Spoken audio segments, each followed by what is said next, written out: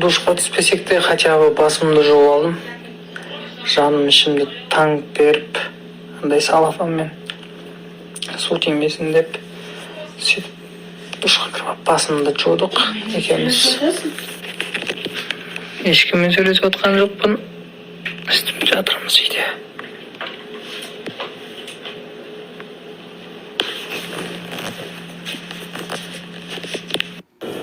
Бізде магазинге үшінші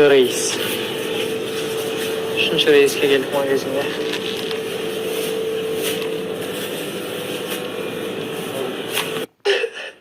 Түсірем десе түсірме деп не болды енді? Ой, ішім-ай. Иісі бірақ күшті. Қазай төңкеріп тастапты бәрін. Төңкерген жоқ. Мен деген саған айттым, видеоға тартайын десем, тартпа, бойында ауырлар. Білет дедім ғой. Бойында барлар не қылатты, көретті, сонымен жаман болып қалады, жан салмай қой десең. Қарса енді сала берсең болады.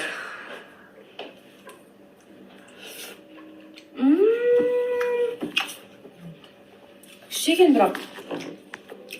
Я? Сочный. Құрметті достар, баршалар.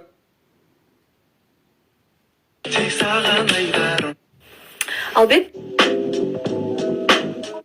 Вот. Бір хирургқа қаралуға келдік. Жаным завтрак ішкен жоқ. Ұйқыдан тұра сатып келатырмыз. Ауа райы күшті отыр, бірақ завтрак керек емес сияқты мына погодада. Неге? Больницаға барып дым бітірмей қайттық. Прописканың әңгімесі көбейіп кетті, сонымен мен ішім алып қайту керек болды да, сонымен қайттық. Сонымен есіктің алдында отырмыз. Күнге қыздарнап. Самса жеп отыр, жаным. Кіп кішкентай болған.